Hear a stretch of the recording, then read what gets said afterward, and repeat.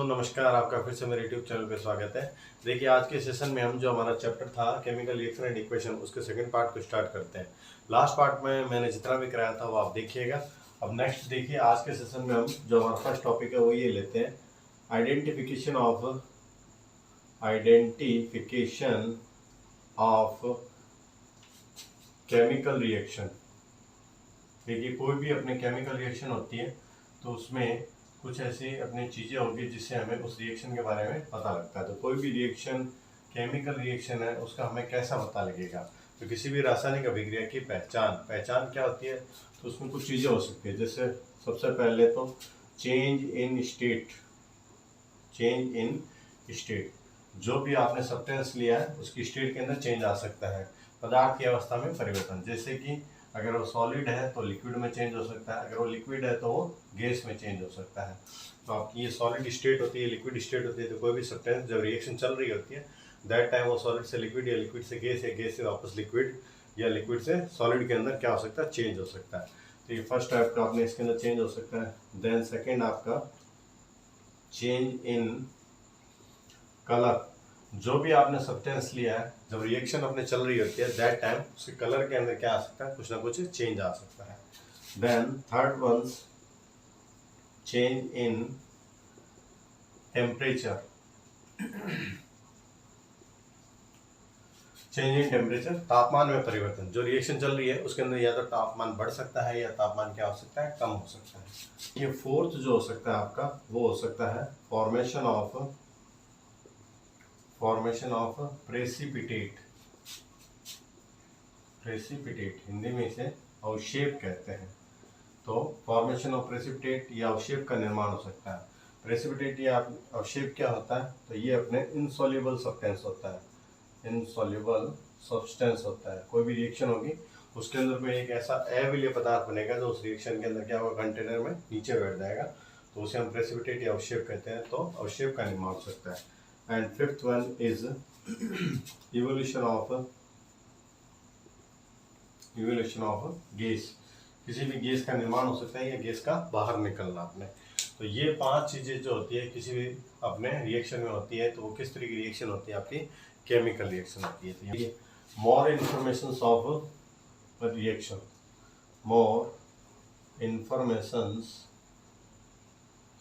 Of reaction, किसी भी reaction की अधिक जानकारी। तो देखिए, किसी भी रिएक्शन की क्या क्या अपने चीजें हो सकती है जो उस रिएक्शन के बारे में हमारे को बताता है। तो फर्स्ट ऑफ ऑल तो वी कैन शो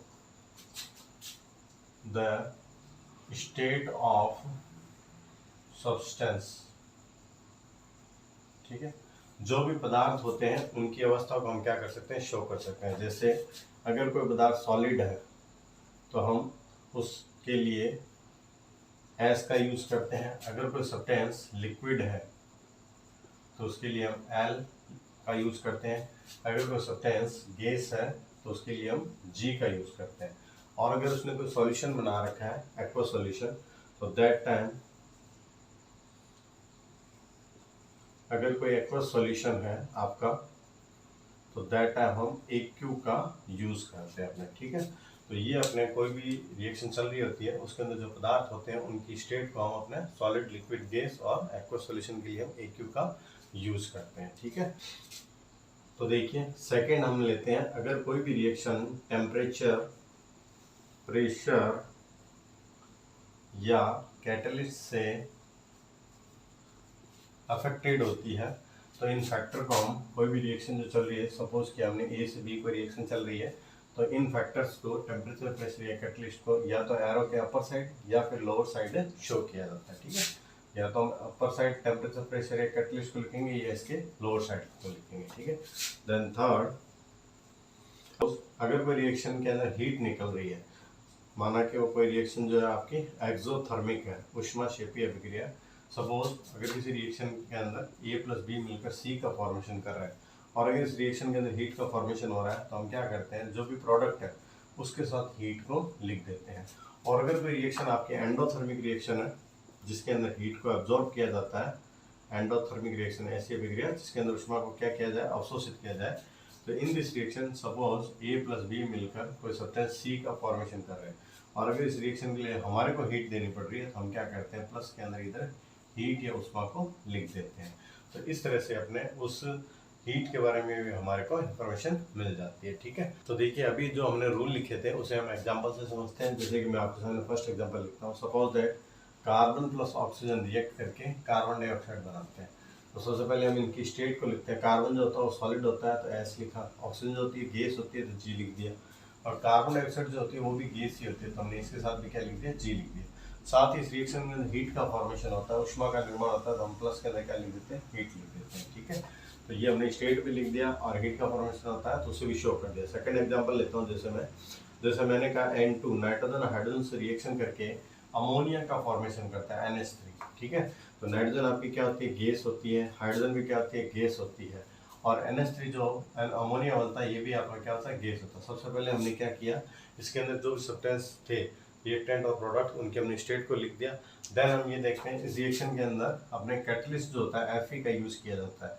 तो ये देखिए Fe कैटलिस्ट को भी हमने यहाँ पे लिख दिया था, एरो के ऊपर हमने Fe कैटलिस्ट को शो कर दिया, आयरन जो होता है आपका। ठीक है, देन थर्ड एग्जांपल मैं लेता हूँ। सपोज दैट कार्बन मोनोऑक्साइड अपने हाइड्रोजन से रिएक्ट करता है और मीथेनॉल बनाता है। तो कार्बन मोनोऑक्साइड क्या होती है, आपकी गैस होती है, हाइड्रोजन भी क्या होती है, गैस होती है, और ये जो मीथेनॉल बनता है ये आपका लिक्विड फॉर्मेशन में बनता है तो हमने यहाँ पे लिक्विड लिख दिया। इस रिएक्शन के अंदर आपको जो प्रेशर होता है वो मेंटेन रखना पड़ता है 340 ATM, एटमॉस्फेरिक प्रेशर जो होता है इसे हम मेंटेन रखना पड़ता है तो हम यहाँ क्या लिख देते हैं, 340 ATM लिख देते हैं। ठीक है, अभी मैंने बताया था आपको कैटलिस्ट होते हैं, प्रेशर होते हैं, टेम्परेचर होते हैं, इनको शो किया जाता है। ठीक है, देन देखिए एक एग्जांपल और लेते हैं। Suppose Mg plus H2SO4 reaction करके MgSO4 प्लस H2 गैस का फॉर्मेशन करते हैं। मैग्नीशियम जो होता है आपका सॉलिड होता है, यहाँ ऐसे लिखा है। H2SO4 जो होता है ये आपका क्या होता है, लिक्विड सॉल्यूशन होता है तो इसे हमने लिक्विड सॉल्यूशन लिख दिया। देन आपका MgSO4 जो होता है ये एक्वस सॉल्यूशन में बनता है तो इसे हमने एक Q लिख दिया। हाइड्रोजन जो होता है वो गैस बनता है तो गैस लिख दिया। अगर कोई प्रोडक्ट गैस की फॉर्म में बनता है और वो बाहर निकलता है तो हम एरो भी शो कर सकते हैं। ठीक है, इसी तरह एक एग्जांपल और लेते हैं जिसके अंदर हम प्रेसिपिटेट का फॉर्मेशन करते हैं।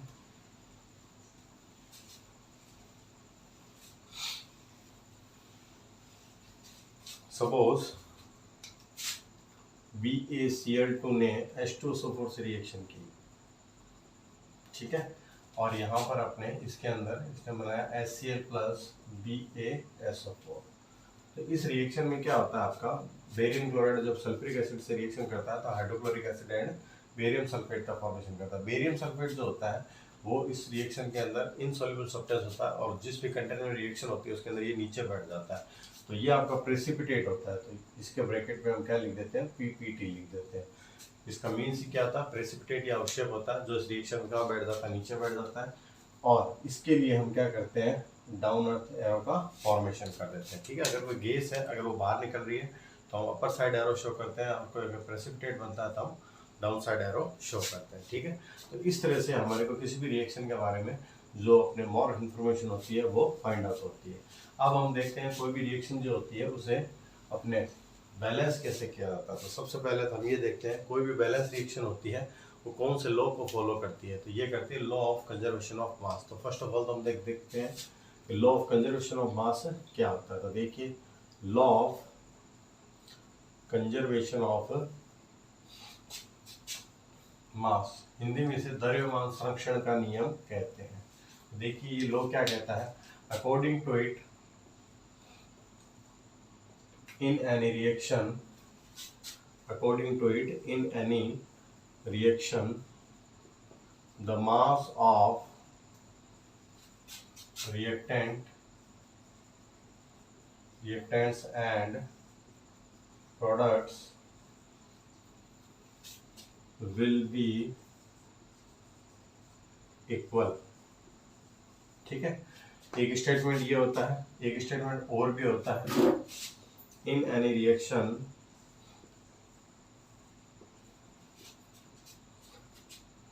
mass can neither be created nor be destroyed.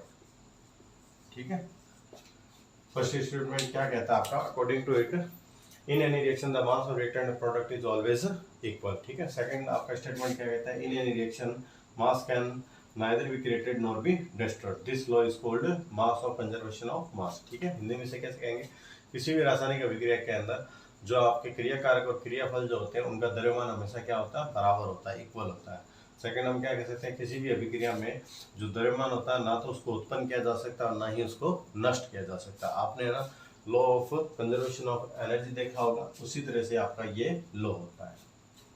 तो इस तरह से कोई भी रिएक्शन जो होती है वो अपने लॉ ऑफ कंजर्वेशन ऑफ मास को क्या करती है, फॉलो करती है अपने। ठीक है, देन हम देखते हैं कोई भी रिएक्शन जो होती है उसे हमें बैलेंस करने की नीड पड़ती है। तो अगर कोई रिएक्शन बैलेंस नहीं होती तो हमें उस रिएक्शन को बैलेंस करना पड़ता है। तो जो रिएक्शन बैलेंस ना हो उसे हम क्या कहते हैं, उस रिएक्शन को हम अनबैलेंस्ड रिएक्शन कहते हैं, हिंदी में इसे कंकालीय समीकरण कहा जाता है। तो ऐसी कोई भी अभिक्रिया जिसके अंदर अपने क्रियाकारक और क्रियाफल का द्रव्यमान आपस में बराबर ना हो उसे हम कंकालीय समीकरण कहेंगे। ठीक है, देन हम देखते हैं रिएक्शन को बैलेंस कैसे किया जाता है। तो बैलेंसिंग ऑफ रिएक्शन ये हम देखना स्टार्ट करते हैं।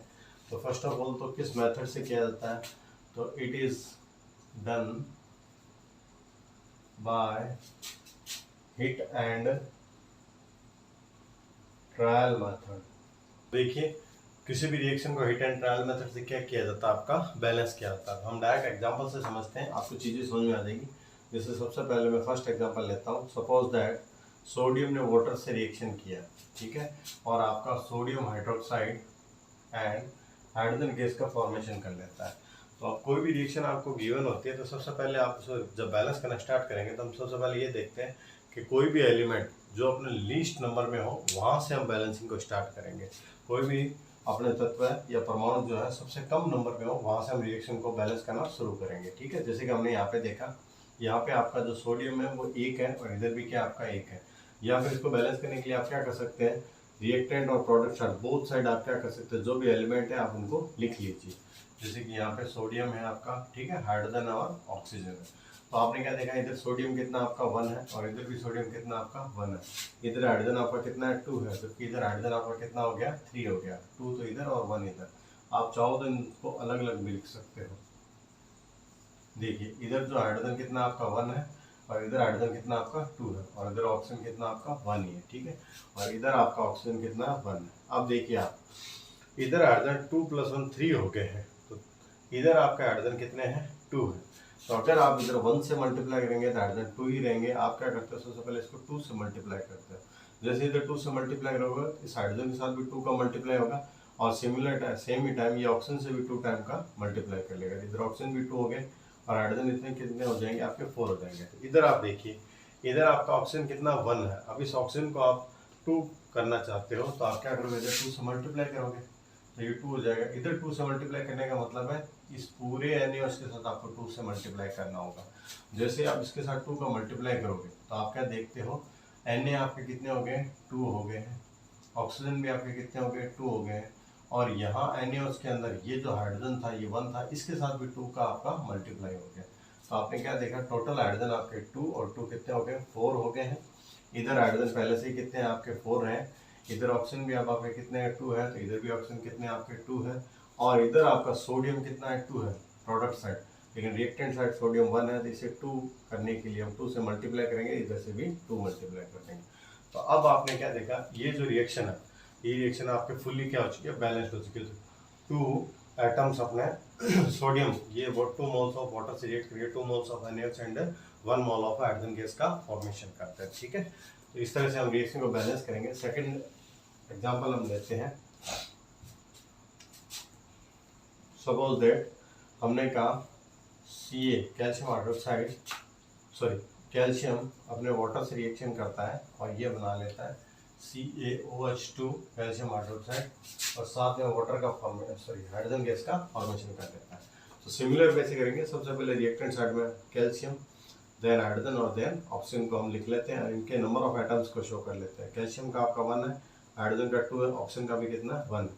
इधर आपने जो जिस जगह पर है उसी तरह से लिखेंगे। कैल्शियम आपका यहाँ पर 1 टाइम है, तो 1 लिख दिया। यहाँ पे ऑक्सीजन कितने हैं और हाइड्रोजन कितने हैं, दोनों को हम सेपरेट लिख लेते हैं। यहाँ पे ऑक्सीजन भी 2 है, हाइड्रोजन भी आपका 2 है, और इधर भी आपके हाइड्रोजन कितने हैं, 2 है। तो अब देखिए आप बैलेंस करना स्टार्ट करते हैं।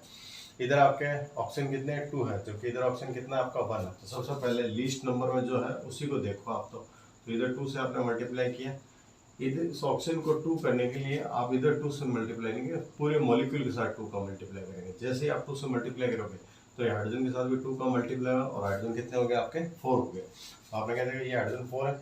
इधर पहले से हाइड्रोजन कितने हैं, 2 हाइड्रोजन इधर और 2 हाइड्रोजन, टोटल हाइड्रोजन कितने, 4 है। ऑक्सीजन भी कितने आपके 2 है, और इधर भी कैल्शियम कितना आपका 1 है, इधर भी कैल्शियम आपका कितना है, 1 है।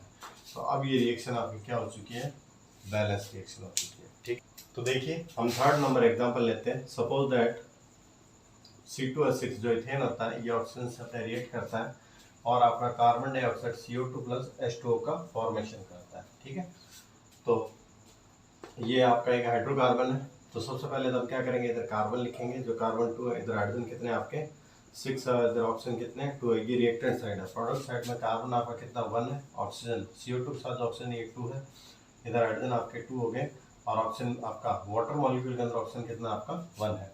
तो बैलेंस करेंगे तो सबसे पहले तो नंबर ऑफ कार्बन जो है इधर 2 है, इधर आपका क्या 1 है। तो सबसे पहले हम क्या करते हैं, 2 का मल्टीप्लाई करते हैं।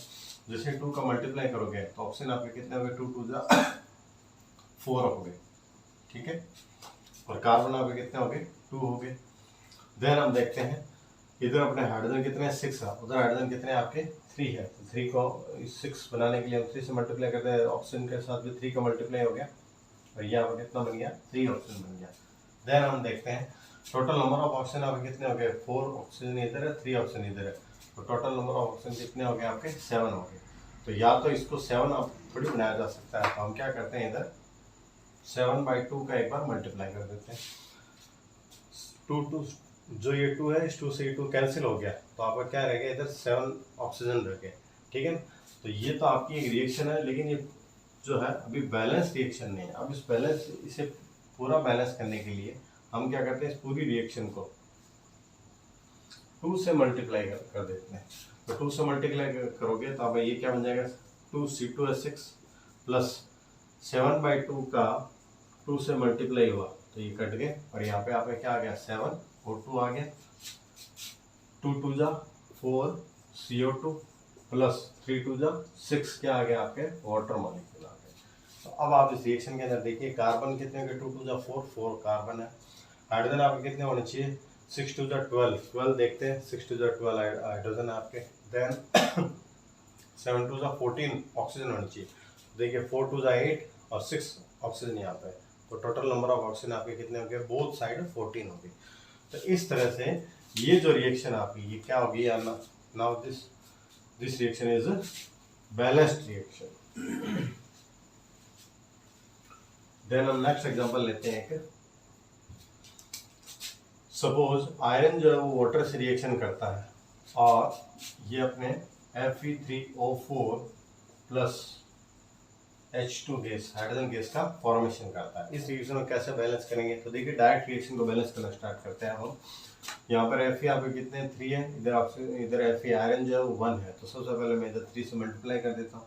फिर हमने क्या देखा, इधर ऑक्सीजन कितने आपके 1 है, इधर ऑक्सीजन कितने आपके टोटल 4 है। तो इसे हम 4 करने के लिए कितने का मल्टीप्लाई करते हैं, 4 से मल्टीप्लाई करते हैं। तो हमने क्या देखा, 3 Fe हो गए, 4 ऑक्सीजन हो गए, लेकिन हाइड्रोजन कितने हो गए, 4 2 जा 8 हो गए। तो हम इधर भी कितने का मल्टीप्लाई कर देते हैं, 4 का मल्टीप्लाई कर देते हैं। तो इन दिस केस ये जो रिएक्शन आपकी कैसी रिएक्शन होगी, आपकी बैलेंस रिएक्शन होगी। ठीक है, देन देखिए हम एक एग्जांपल और लेते हैं। सपोज Al2SO4 एल्यूमिनियम सल्फेट जो है आपका, ये NaCl से रिएक्शन करता है। ठीक है, हमने सपोज किया ये रिएक्शन हमारी। अब ये रिएक्शन कैसे होगी, तो सबसे पहले तो अपने जो एल्यूमिनियम है वो क्लोरीन से रिएक्शन करता है और किसका फॉर्मेशन कर लेता है, AlCl3 का फॉर्मेशन कर लेता है। सिमिलरली Na जो है SO4 से रिएक्शन करेगा और किसका फॉर्मेशन कर लेगा, Na2SO4 का फॉर्मेशन कर लेगा। ठीक है, अब देखिए अपने यहाँ पे आपके जो सोडियम है वो कितने 2 है, इधर सोडियम कितना आपका 1 है, इधर क्लोरीन कितने 3 है, जबकि इधर क्लोरीन कितना 1 है। तो हमें पता लग गया सोडियम और क्लोरीन दोनों ही क्या आपके अनबैलेंस्ड रिएक्शन है, और ये पूरी रिएक्शन आपकी क्या अनबैलेंस्ड रिएक्शन है। अब हम रिएक्शन को बैलेंस करना शुरू करते हैं। यहाँ पर एल्यूमिनियम कितने आपके 2 है, इधर एल्यूमिनियम कितने 1 है। सबसे पहले तो हम क्या करते हैं, एल्यूमिनियम को बैलेंस करते हैं। तो एल्यूमिनियम को बैलेंस करने के लिए यहाँ 2 से मल्टीप्लाई करूँगा। जैसे मैं यहाँ 2 से मल्टीप्लाई करता हूँ तो एल्यूमिनियम 2 हो गया, लेकिन क्लोरीन कितने हो जाएंगे, 3 2 जा 6 क्लोरीन हो जाएंगे। इधर क्लोरीन को 6 करने के लिए मैं कितने का मल्टीप्लाई करूँगा, 6 का मल्टीप्लाई करूँगा। जैसे मैं 6 का मल्टीप्लाई करूँगा तो सोडियम भी आपके कितने हो जाएंगे, 6 हो जाएंगे। रिएक्टेंट प्रोडक्ट साइड में सोडियम 2 है, इसे 6 करने के लिए हम 3 का क्या करते हैं, मल्टीप्लाई करते हैं। तो हमने क्या देखा, सोडियम आपके 6 हो गया और सल्फेट कितने हो गए, 3 हो गए। और आप रिएक्टेंट साइड दीजिए, एल्यूमिनियम सल्फेट के अंदर सल्फेट जो पहले से कितने आपके 3 है। तो now in this condition this reaction is balanced reaction. तो इस प्रकार से हमने देखा जो रिएक्शंस होती है उसे हम क्या करते हैं, बैलेंस करते हैं।